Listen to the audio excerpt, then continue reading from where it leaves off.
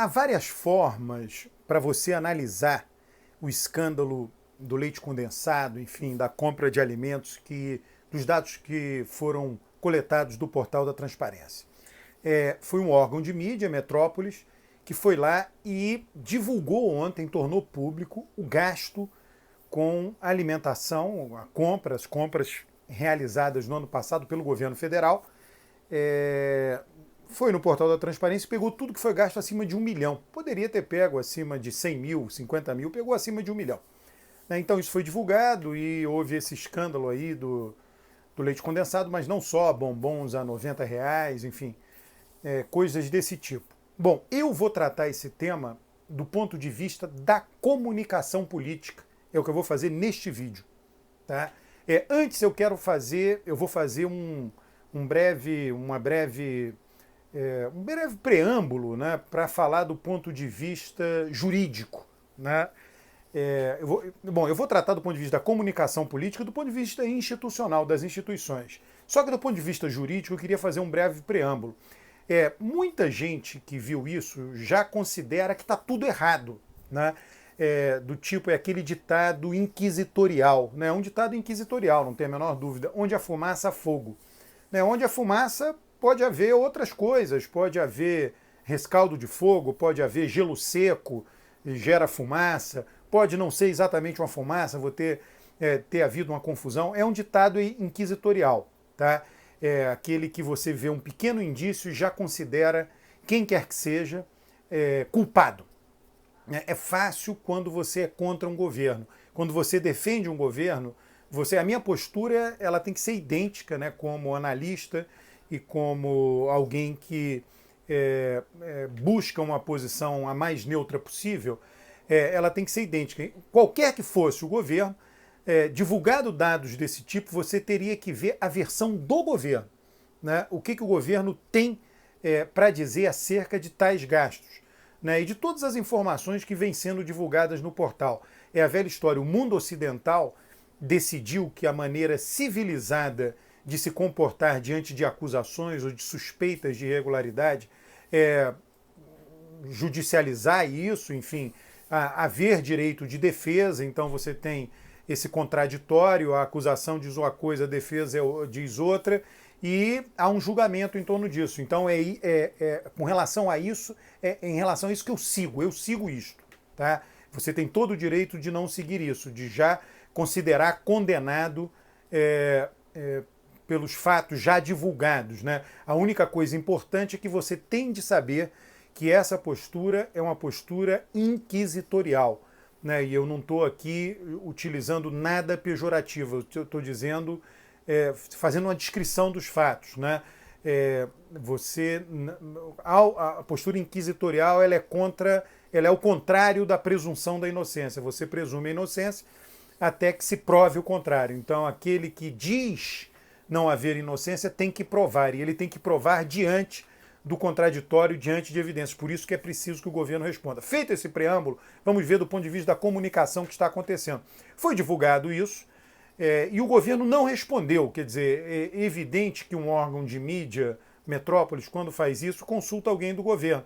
E esse alguém do governo pode simplesmente responder, a praxe, olha, você poderia esperar aí 24 horas que nós vamos aqui fazer um levantamento sobre o que aconteceu? Né, e aí ter a resposta. Então, o que está acontecendo hoje com relação a isso é o governo perder a batalha da comunicação. Tá?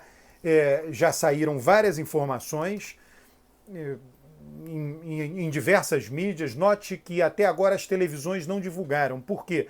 Porque elas precisam ser muito criteriosas, elas precisam saber da consistência dessas informações, elas precisam, de fato, ir atrás do fato de se aquilo é regular ou não, né? Comparar com governos anteriores é algo importante. Então, enquanto isso não for feito, as televisões e os órgãos de mídia de maior credibilidade não irão publicar. Eles irão publicar muito mais mostrando a própria batalha da comunicação. Então, o governo saiu atrás e está perdendo a batalha da comunicação.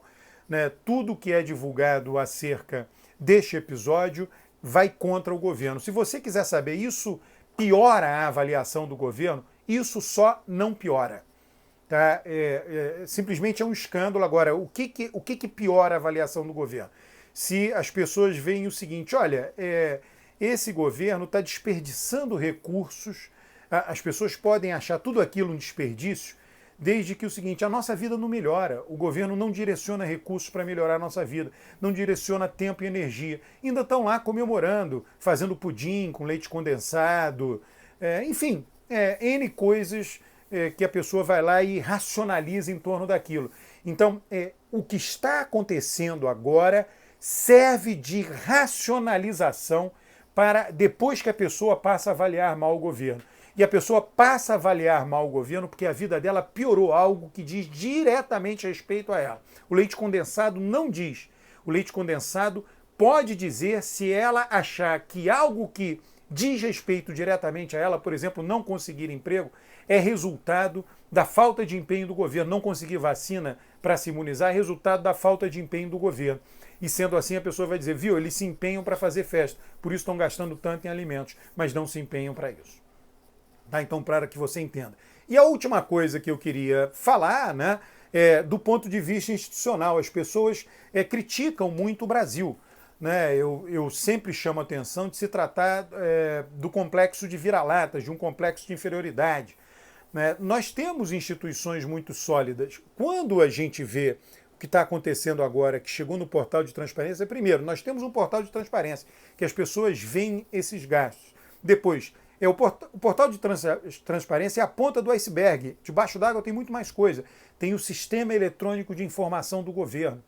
Né? Esses sistemas são cheios de senha para entrar, cheios de assinatura eletrônica. Toda a documentação do governo vai diretamente para isso. Nós temos hoje um governo que funciona tudo na base da assinatura eletrônica.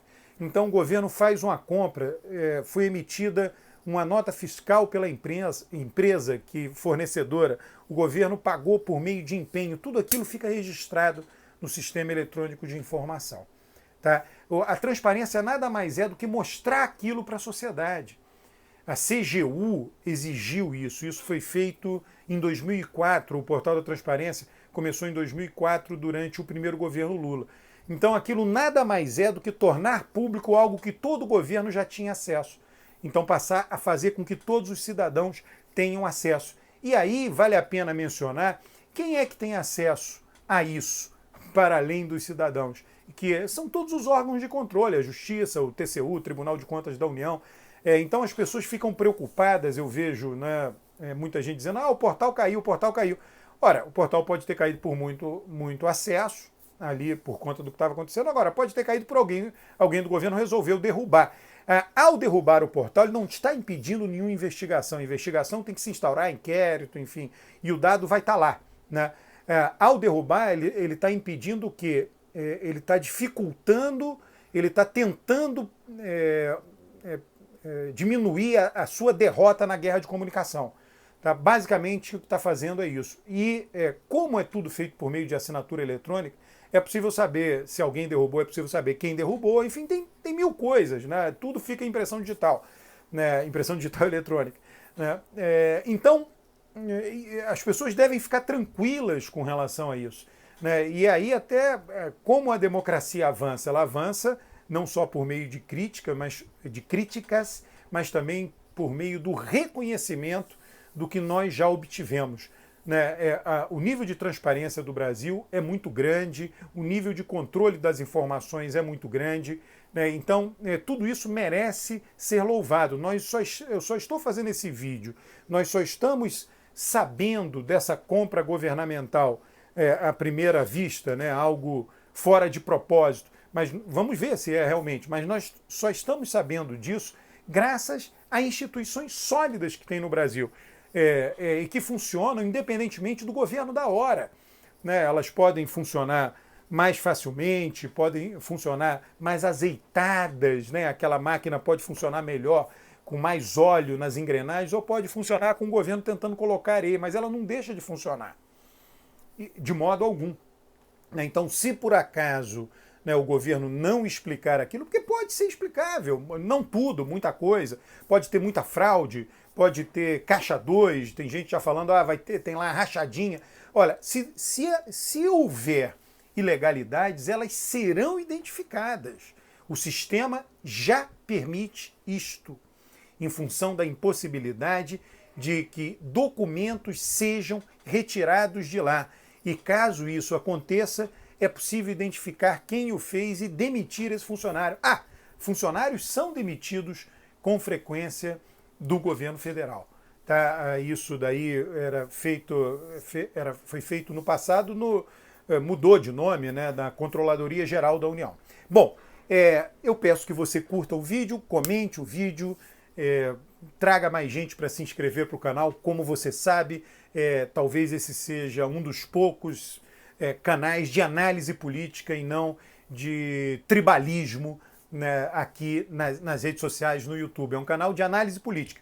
Eu acredito que você é que faz a sua cabeça, não eu, não aquele que fala no YouTube. E eu apenas trago informações para que você possa fazer a sua cabeça de forma mais informada. Apenas isso. Um grande abraço.